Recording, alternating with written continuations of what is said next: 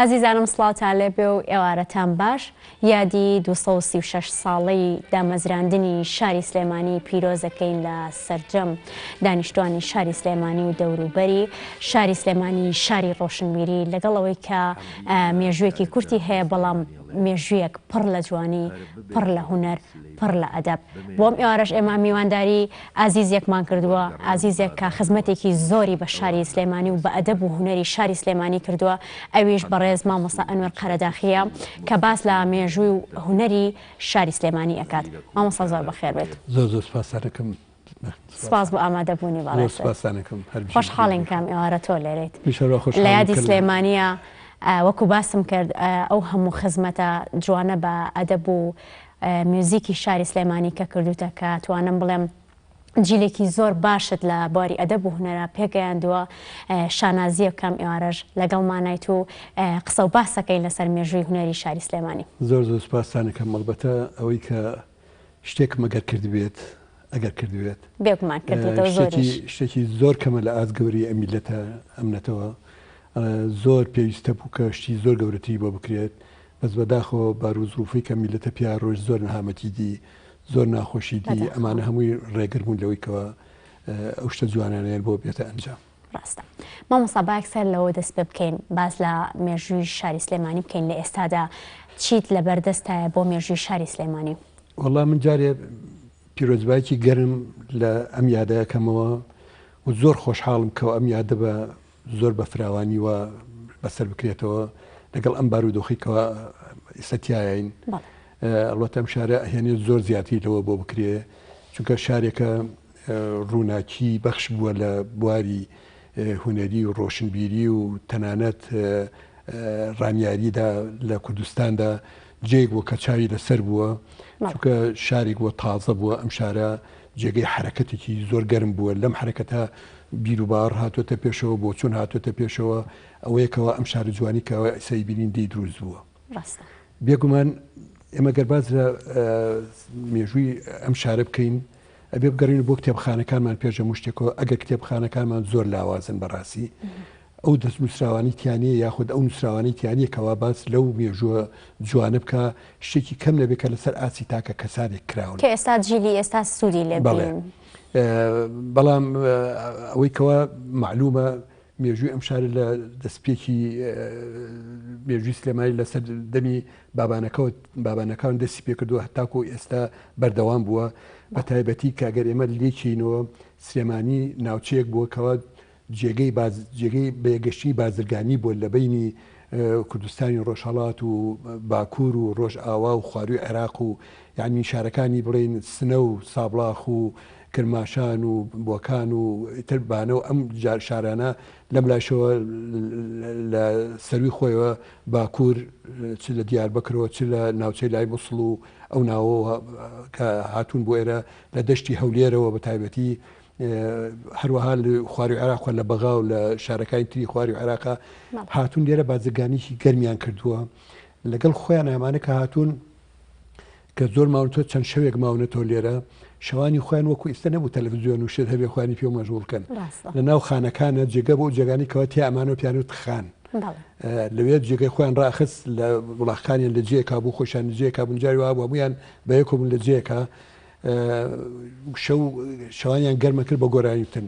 ئەوەی ڕۆژهەڵات وایە لەونی و ڕۆژهەڵاتیەوت ئەوەی ڕۆژئاوا وایە لەونی ڕۆژهەڵات ئەوەی کەلتوری خۆیوت ئەم کەلتورە بە مروری زەمن ڕنگانەوەی هەنگاوێک بۆ ناسازی کەلتوری وڵاتانی دراوسێ بێجگە لە ناسین وای لێ کردو ئەوانی کە لێرە بوون ئاشنا بن لەگەڵ ئەو شتانە کە ئاشنا بوون ئەماژ لە لای خۆیانە لە کۆڕەکانی خۆیانەوە توانێتەوە لە دانیشتەکانی خۆیانە توانێتەوە هوەریان پێدەوڵەمەند بەڵێ اینجا ئەمە وتراتۆ لێرە ئەو ختەژەوە نەبوو بڵێ هەموو ماڵێک بتوانێت ئەم شتانە بکات و یا خۆ شانویەکە بوو یا شتێکیوە پیاوی ماقوڵان یا پیاوە گەورەکان یا پیاوەکانی کەوا توانای مادیان هەبووە لە هەفتەیەکە ڕۆژێک یا دوو ڕۆژ کۆڕیان گەرم کردووە شەوانیان گەرم کردووە بۆی کەوا ئەو گۆرانی بێژانە بێنن لە ماڵەکانیانە گۆرانی بڵێن و شەوچەرێکی خۆش بکەن بۆی کەوا وەختێکی خۆش بەرنەسەر ئەمانە کاریگەری زۆر ئەوە هەبووکەوە بەم جۆرە گۆرانی لە ناو سلێمانیا وردەوەدە نشونما بکات لەو جۆرە گۆرانیانە بە تایبەتی ئەو ئامێرانش کە بەکار هاتوون وەکو سەردەمانێکی زوو ئەگەڕنەوە ئامێری وەکو ئێستا نەبووە کەمان و مەسەلا عود و یاخود ئۆرگوی ئەم شتانە ئامێرێکی بەسیت زەربێک بۆ یاخود لەگەڵ باڵابانێک یا شمشاڵێک یا زۆرنایەک یا ئاشتی ئەوە بەسیت و سادە بووە ئێمە بیرمە نەچێ باسی شاری سلێمانیەکەین لێرە اینجا ئەم شتانە وردەوردە نشونمای کردووە لەلایەن هەندێک کەس بەرگری کراوە ئەوانەی کەوا لە ڕووی ئاینۆنیان ستۆ ئەم شتانی بێتە ناو کۆمەلگاوە بەڵام هەندێکی کەشە بووە لە ڕووی ڕۆشنبیری و مستەقبەلی ئەم میلەتە تەرجیعکراون هاتوون پێشەوە کاری جوانیەتیا کردووە ئەمەش لە چیا سەلمێ لەمانە زۆر لە مەقامات و بەستەی ناوچەکان لەم شارە جێگیر بووە لە شعری شاعیرەکە گەورەکانە ئەگەر سیر بکەین ببینین ئەبینی ئەو شاعریانی لەو سەردەمانەیە ئەو زوانە ژیاون لەو سەردەمە زوانە هەتاکو ئێستا لە شعرەکانیان ئەماوەتەوە کە باسی ئامێرەکانەکەن باسی ئەو ئامێرانی بەکار هاتووە باسی ئەو مەقامانەیەکەن کە بەکار هاتووە هەتا ناوی بەعزە گۆرانی بێژەیەن کە لەو سەردەمانە گۆرانیان وتووە لە کۆڕەکانیان گەرم کردو بەم شێوە لە سەرەتا ئاوها دەستی پێکرد باشە باسی چەند ئامێرێکی مۆسیقات کرد ئەمەوێت باسێکی مێژووی مۆسیقاش بکەین بزانین ئەم شارەیە مێژووی مۆسیقا بۆ کێ گەڕێتەوە مەسا ئەخەمە ببات باسەکەم مێژووی مۆسیقایە یعنی مۆسیقا لەم سەرەتایی وا دەستی پێکردەوە بەڵام ئەوی بە نووسراوێکی تەواو بۆمان ماوەتەوە لە گەشتەکەی میستەر ڕیچەوەیە بۆمان ماوەتەوە ئەو بە نووسراو لە کتێبێکی خۆیان هەیەکەوە گەشتێکی کردو بۆ کوردستان لێرە چی دیوە چی بیستوە مستەڕێج کەسێکی هوەری بووە نەخێر کەسێکی مستەشیقێک بۆ بەڵێ هاتووە لە سلێمانی کەریێرە ماوەتەوە لێرە ئەو شتانی کە دیوەتی هەمووی نووسیوە مەسەلا باسی چیەکە ئەڵێ لێرە مۆسیقە و گۆرانی شەوان لە ماڵی گەورە پیاوانە یاخۆت دەوڵەمەنەکانە ئەوترا لە هەفتەیەکە شەوێک یا دوو شەو جا من ئەوەی کە بیرم بێت زوو باسییانە کرد شەوانی جمعە بووە یا شەوانی سێشەممان بووە شەوانی جمعە و سێشەموان وەکو وڵێ عوتڵی ڕسمی بووە لە عادەت و تەقالیدی ئاینیا لەو سەردەمانەدا لەو شەوانە مەسئولەکانی ئەو سەردەمانە یاخود پیاوە گەورەکان یا پیاوە ماقوڵان ئەوە پیانوتن بەگو و نازانم چی پاشا و ئەو شتانە ئەمانە شەوچەریان گەرم کردووە و کۆڕیان گەرم کردووە ئەو گۆرانی بێژان هاتوون لێ منافەسیان لە دیوەخانەکانە گۆرانی خۆیان وتو و ئەم شتانیان وتووە مەسەلا لە زمینێکی شتێکی کاباسێکە ئەڵێ ڕۆژێک چوون بۆ شاییەک شایەکەم لە جێیەکی بچکۆلا نابوو ئەکراوانە سێمی کرد مەجموعەیە پیاوە دەستیان گرتووە بە جۆرێ حرەکەتێک هەڵەپەڕن لە هەڵپەرکیەکی ئیرلەندی ئەچوو لای ئێمە کە بەو بە وەسەی کە بەس فێکات هەڵپەرکی چەپی بووە لەولاوە کۆمەڵێ ژن بە جلی کوردی و ئاڵوواڵای و جوانەوە کەوا هاتوون لەسەر ئاوازی دەهۆڵ و زڕنا ئەو شتانە هەڵپەرکیان کردووە لەوێ بە تاقتەنا ژنەکان بەجیا و پیاوەکان بەجیا هەندێک جار تێکەڵاوە بوون پیانەوت ڕەش بەڵک یعنی باسی ئەو شتانەکات بەم نوعەیە بووی باس کردوون تەجسیدی وەزعەکە بۆ کەکەوە لەو سەردەما ئەمە بۆ ساڵی کوێ باس ئەکات یاخۆت چی بەڵگێک هەیە بووی بسەلمێنێک کە ئەم شتانە ڕاست بە کتێب نووسیوەتی خۆی مستەشیق بۆ هاتووە لێرە لەسەر وەزعەتی مجتەمەعی کوردی شتی نووسیوە ینی ئەمانی دیوە بە چاوی خۆی لەناو کتێبەکە تەدوینی کردو و نووسیوەتی ئەمە بەڵگەیەکی هین هەڵنەگرنیە یعنی ئەوە بێگومان ئەمە شانە هەبوو بۆ نەوە بەڵام ئەو بارودۆخە طبعا ئەو سەردەمەش سلێمانی زۆر گەورە نەبووە و نوعەکەی بینین وەکو گەڕێکی بچکۆلی ئێستا بچکۆلە بوون اینجا یعنی یەکێک لەم سەر بە کۆڵێ ئازاری معیدەی هەبووە لە سەرۆ پیانەزانیکەوە ناساغە هەبوو دەرجەونە بچکۆلە بوو و علاقەی کۆمەڵایەتی زۆر بەقووە بوو علاقەی ئیجتیماعی زۆر لەگەڵ یەکترە تند بوو ئەم شتانە لەو سەردەمانە بەگەرمی هاتووە حتا مەسەلا ئەوەی کە مێژوو بووانە گەرتۆ مەجموعە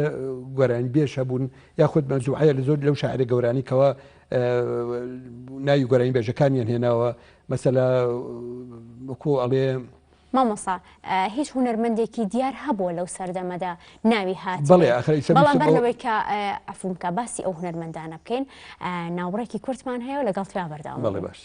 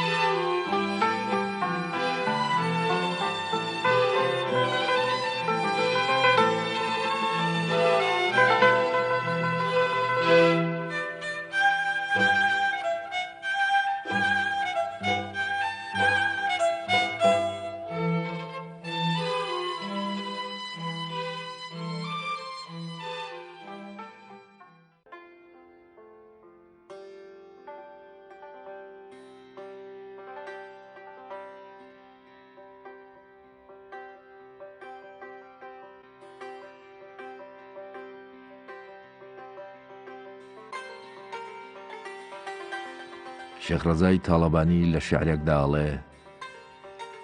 لەبیرم دێ سولەیمانی کە دارولمولکی بابان بوو نە مەحکومی عەجەم نە سوخرەکێشی ئالی عوسمان بوو لەبەر قاپی سەرا سەفیانە بەست شێخ و مەلا و زاهید مەتافی کەعبە بۆ ئەربابی حاجەت گردی سەیوان بوو لەبەر تابووری عەسکەر ڕێ نەبوو بۆ مەجلیسی پاشا سەدای مۆزیقە و نەققارە تا ئەیوانی کەیوان بوو درێخ بۆ ئەو زەمانە ئەو دەمە ئەو عەسرە ئەو ڕۆژە کە مەیدانی جریدبازی لە دەوری کانی ئاسکان بوو بە زەربی حەملەیە بەغدای تەسخیر کرد و تێی هەڵدا سولەیمانی زەمان ڕاستت دەوێ باوکی سولەیمان بوو عەرەب ئینکاری فەزلی ئێوە ناکەم ئەفزەڵن ئەمما سەلاحەددین کە دنیای گرت لە زومرەی کوردی بابان بوو عمومی شەهریاران و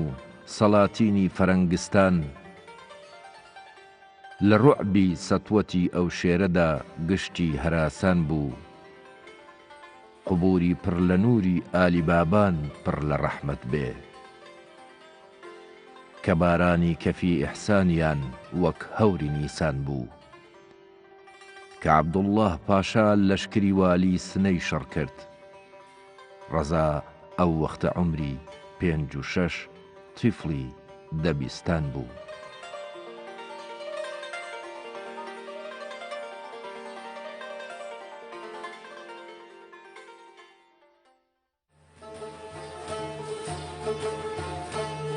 لبيرم دي سليماني كدار الملك بابانو لبيرم دي سليماني كدار الملك بابانو نمحكومي حجم ناسو ركيشي آلي عثمان بو نمحكومي حجم ناسو ركيشي آلي عثمان بو لبر قاپی سرا سفیان دبر شیخ و ملا زاهد لبر قاپی سرا سفیان دبر شیخ و ملا زاهد متافی کعبه و اربابی حاجت گردی سیوان بو متافی کعبه و اربابی حاجت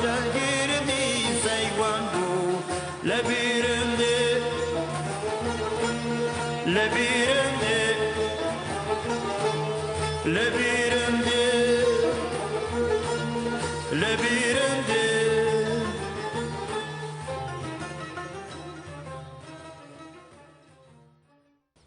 دووبارە سڵاتان لەبێ ئەزیزان من لەگەڵ مامۆسا ئەنوەرا بەردەوامە بم مامۆسا باسی ئەوەمان کرد منای ئەو شاعرانی کەوا باسییان لە مەقام و شتەکان کردو من باسی مەقامی حجازیان کردووە هی ڕاستیان کردووە هی بەیات هی سەبا هی نیوەشە و حەزین ئیبراهیمی تاهیری دەشت سێگا نەوە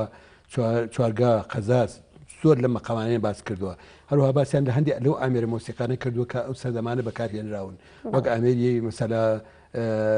سنتور دەهۆڵ زڕنا باڵابان کەڕەنای دووزەلە هەروەها ساس ئەم ئامێرانە بەکار هاتوون لە ئاوازەکانە زۆر لە شاعیرە گەورەکان لەو سەردەمانەدا ناوی مەقامەکانی هێناوەتە گۆران بێژەکان شانوتووە بۆ نمونە مستەفا بەگی کوردی ناوی چەندین گۆران بێژی وتووە کەم گۆران بێژانە ناویان هەوە بەڵام ناوی یەکەمی وتون مەسەلە لەو ناوانە مستەفا یونس محێدین ساڵح فەتحی مستۆ یا ئامێرژەنەکان وەکو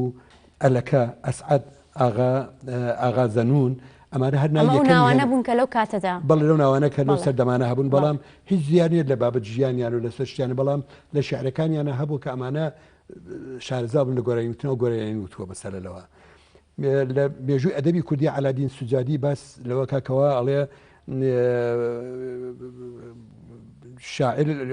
زۆر لەو شاعرانەکەەوە لەو سەردەمانە ژیاون باسی ئەو گۆرانی بێژانە و باسی ئەو مەقامانەکەنکەوە لە سەردەمی خۆیان ناوتراوە ئەمانە هەموو بەڵگەیەکی تەواونکەوە سلێمانی لە سەرەتای دروستبوونیەوە لەگەڵ دنیای هوەرا ژیاوە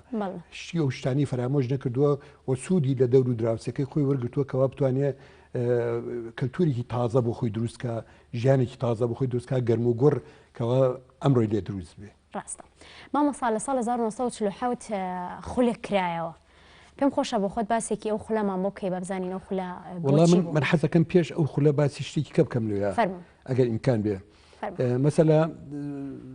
زۆر لە گۆران بێژانی تریش کە هەیە ناویان هاتوون مەسەلا لەوانە ببوورە نووسیون بۆی بیرم نەچێ حەسەنی ئامێ لە ساڵی 1920 تا 1985 ژیاوە حەمەشێرە لە ساڵی 1940 تا 1949 کاکەڕەشی ئەحان 1945 تا 1998 عزیزی ئامینە 1950 زۆر هەیە لەو ناوانە نووسراون تقریبان ژمارەی زۆرە جێگەی خوێندنەوەی نییە لە پێش ئەویشە عەبدولواحید حاجی مستەفا کە ساڵی 1986 ژیا تا ساڵی 1973 ئەمە خەڵکی شاری کۆیە بوو پیانۆژەنێکی شارەزا بوو خوێندی لە ئەستەمبوڵ تەواو کرد بوو هاد لە سلێمانی لەوێ لەسەر نۆتەی مۆسیقا خەڵکی فێرە کرد لێرە هەموو هاتن بۆ ئێرە لە سلێمانی نزیک مزگەوتی گەورە لە ماڵی خواجەفەنی نزیک مزگەوتی گەوری ئێستا لەوێ وانیانە خوێندووە خەڵکیان فێری مۆسیقا و شتانەیە کرد بەڵام کە ئینگلیزەکان هاتن لەوێ ئەمیان تەفروتونەکە ئەمیان نەقل کرد بۆ فەڵ یعنی کەسیان نەهێشتۆ لێرە ئیتر ئەوە شارەکە بەنەوعێک مایەوە لەوێ ساڵی 1926 تا 1927 لە شاری سلێمانی چیرۆکی تەمسیلیان پێشکەش کرد بە ناوی نیرۆن ئەو وەختە حتا بوشارەواکیم و مجموعەی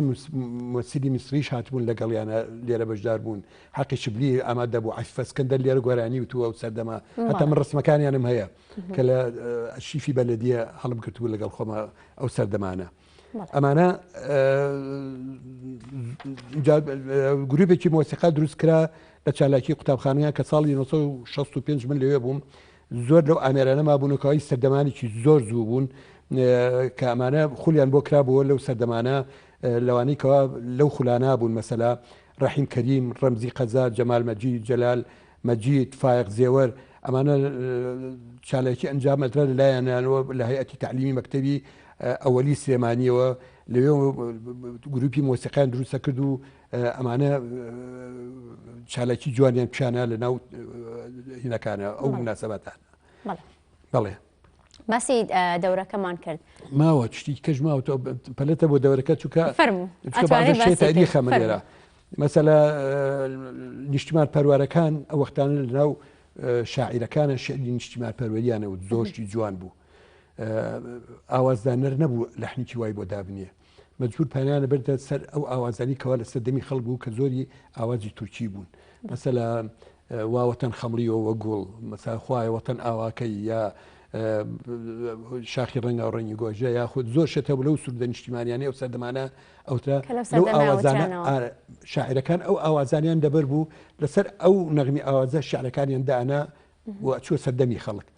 لە مەکتەبەکانە ئەوترایەوە لە مناسبەتە نیشتیمانەکان ئەوترا حتا هێمایەکی جوان و بۆی کەەوە خەڵک گیانی نیشتیمان پەروەریت یا بەهێز بێت و بە قووەت بێت بۆی بتوان ئیش بکەن مەسا ساڵی 1942 یەکێکە لە سێمانی پیانۆت ڕۆبێن ئەوە مەیفرۆژ بوو لە جادی سابونکەران لە خوارەوە هات دوکانەکەی تەرخان کردبوو خەڵکی تافێری مۆسیقی کردو یا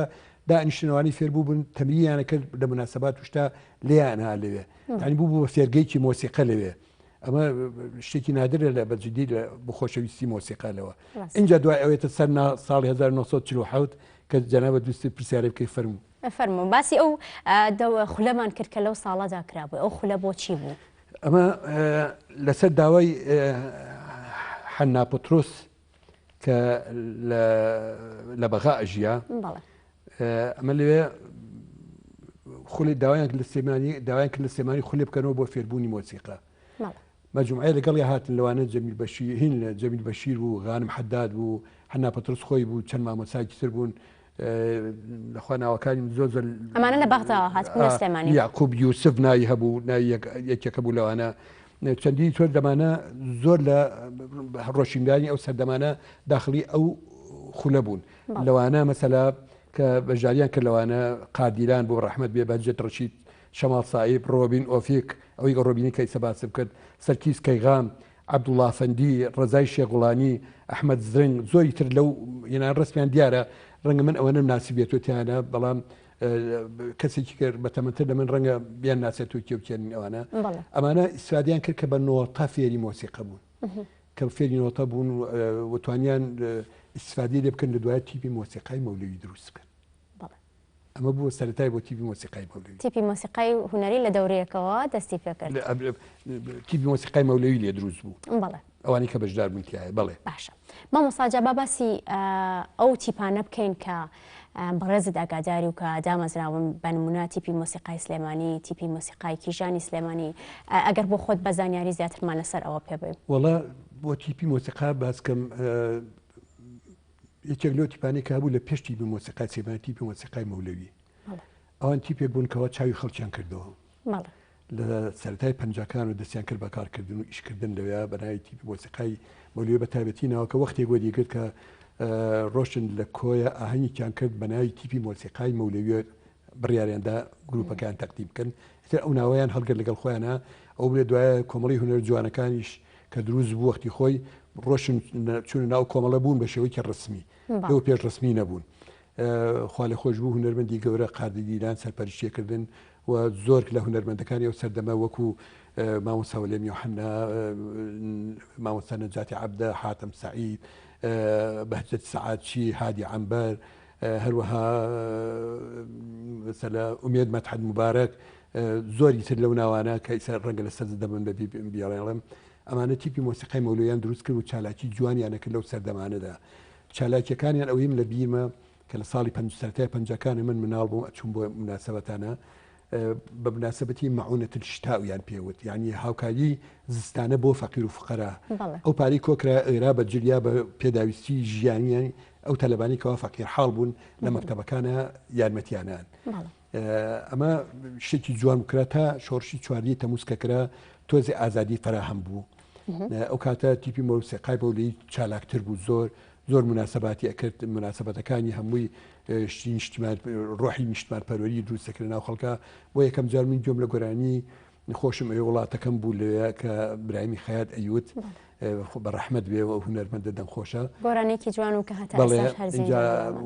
ئەو ئیحساسە ناو دەرویشمامایە تاکوت بەدڵی خۆم تەجریدم کرد لەو ئاخریانەدا ئەمانە کاریگەری زۆری هەبوو لە دروستکردنی ڕۆحی نەتەواتی ناو خەڵکانە ئەوە بوو ناسەباتی هەموو حیزبەکان ئەو سەردەمە پارتی و شوعی هەبوو وەختە چالاکیان ئەنوان تر منافەسا بوو لە جوانترین چالاکیە بکرێت یان نەکرێت و ئاوا ئەم منافەسەیە حرەکەتێکی دروست کردکەوە جوڵانەوەی مۆسیقا بەرەو پێشەوە بڕوە ئێمە وەختە چوینە مجموعەی قوتابی بووین چوونە پەیمانگای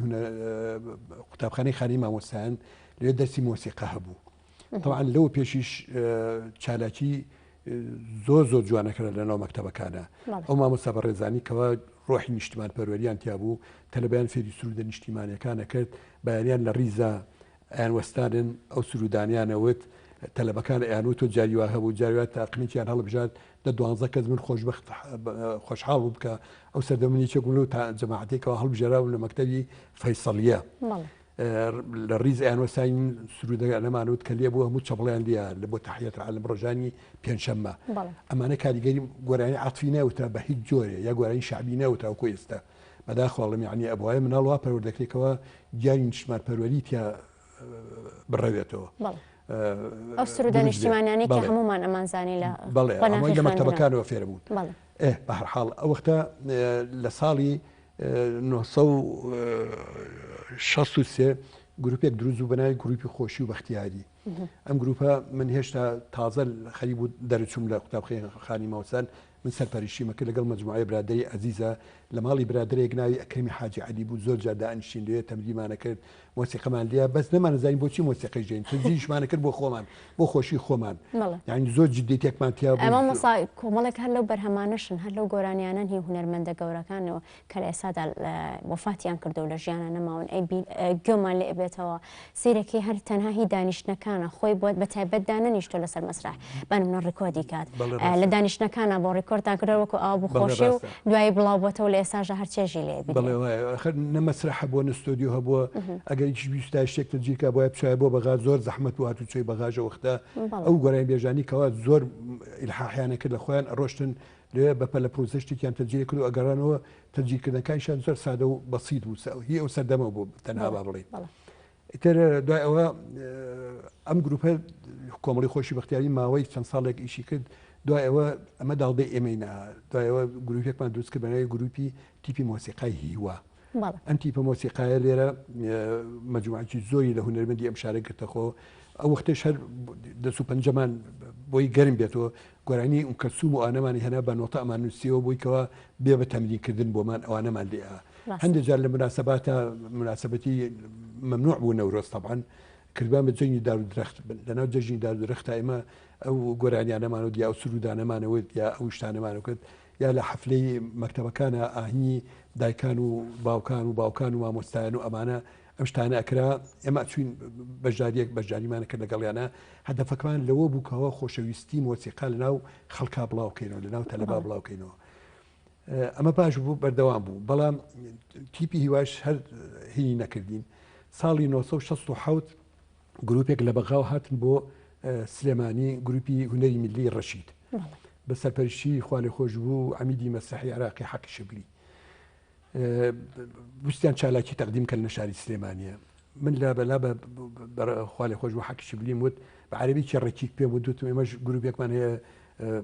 فرقەیەکی مۆسیقەمان هەیە ئەوها ناوەکەمان نەنابۆشتا وتمان ئەمانەیە ئەگەر مەجال هەبێ ئێمەش پێشە جەقەیە بتوانین لەگەڵتان بەژەوتی زۆر پێم خۆشە وتی 20 دقەتانی لێ مادەی 20 دقە حازرکەن لێ کە ڕۆیشون بە برادەرەکانمان و زۆر دڵیان خۆش بوو ئەگەرچی هەندێکیان سڵیانە کردو لەوەی ئایا ئێمە لە ئاسی ئەوە بین تۆ بڵێ بتوانین ئەو شتە بکەین نەتوانین بکەین بەڵێ بەڵام ورەمان نایە یەک بەڕاستی چەند ساتێک پێشوی بچینە سەر شانۆ باش وتمانە چینە سەر شانۆ بە چی ناوێک بڕۆین با ناوێک بە خۆمان بدۆزینەوە ناوی شتێک بنین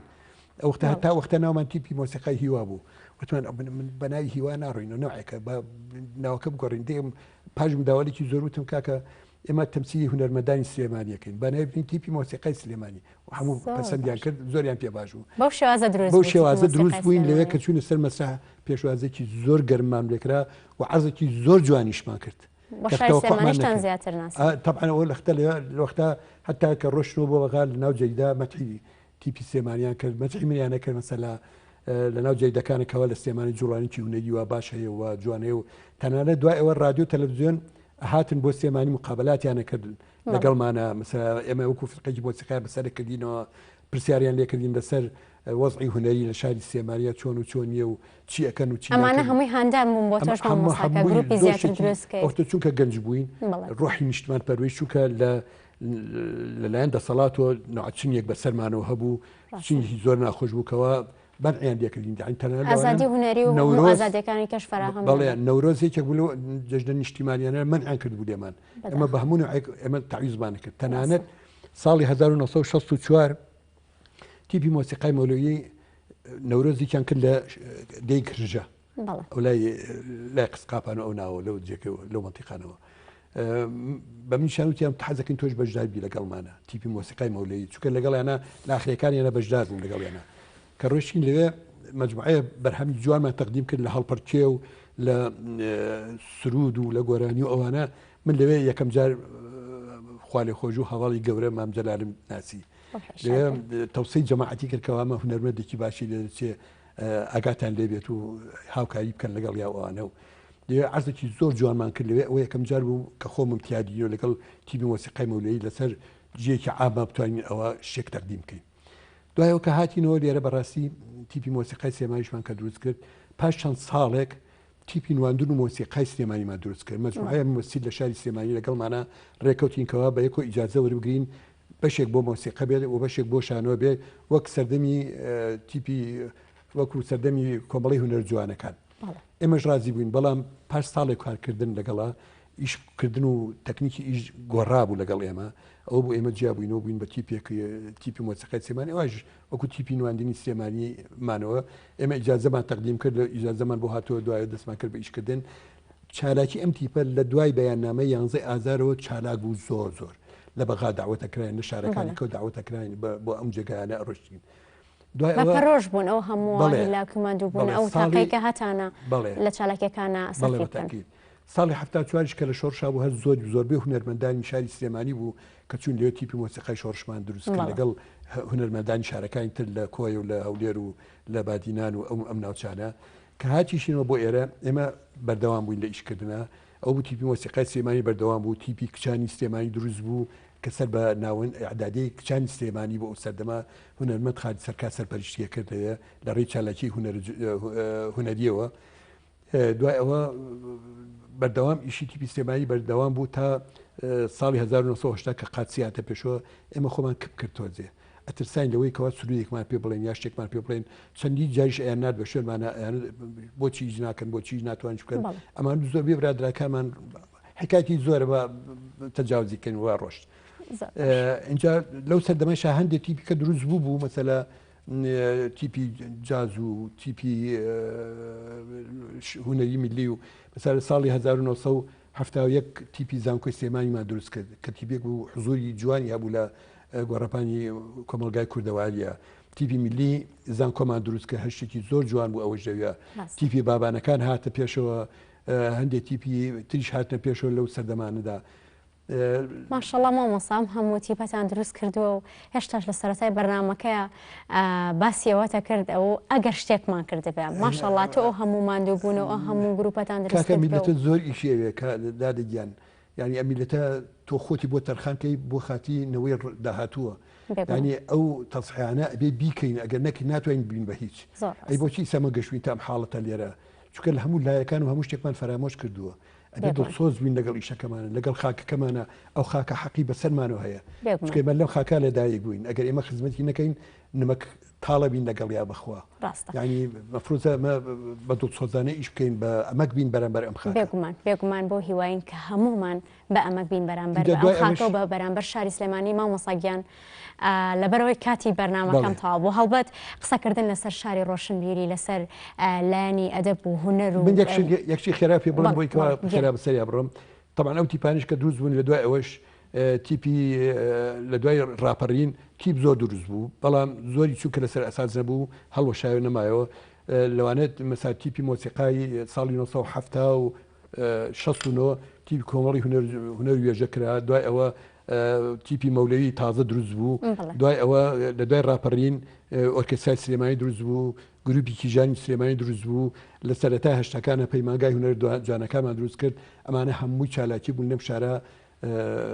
کەوا ئەنجام درراوە. زۆر باشە، زۆر سواز مامۆساگیان، سپاس بۆی کام ئێوارەیە بۆ هەموو زانیاریە پرۆگرامەکەی ئێمە دەوڵەمەندتر کرد ڕازانتەوە، ئێمە زۆر خۆشحاڵ بووین ئەو شتانەی کە نەمان بیست بوو لەسەر بەرمونە میوزیکی شاری سلێمانی ئەم ئێوارە هەموویمان زانی. زۆر سپاس بۆی کە ئەم ئێوارە دووبارە لەگەڵمانە بوویت، گەورەت کردین بەخێر بێی سەرچاوان. سپاس بۆ ستافی بەرنامەکە، بۆ ئامادەکار دەرهێنەر، بۆ کامێرەمانەکان، بۆ ئەوانەی لە کۆنتترۆڵەن هەموو هیلاگوون لەگەڵمانە. سپاس بۆ هەموو لایە ئیشکردنە بێ بۆ جدیەتە ئیش بکرێکە ئەمڕۆ بینیم لێرە. بگومان زۆر سپاس بۆ تۆی ئەزیزیش دووبارە بەخێر بێت و سپاس بۆ ئێوەش کە هەتاکو ئێستا بینەرمان بوون. دووبارە یادی سلێمانی پیرۆز بێ و ئاسوودە بن. أرجمك ديار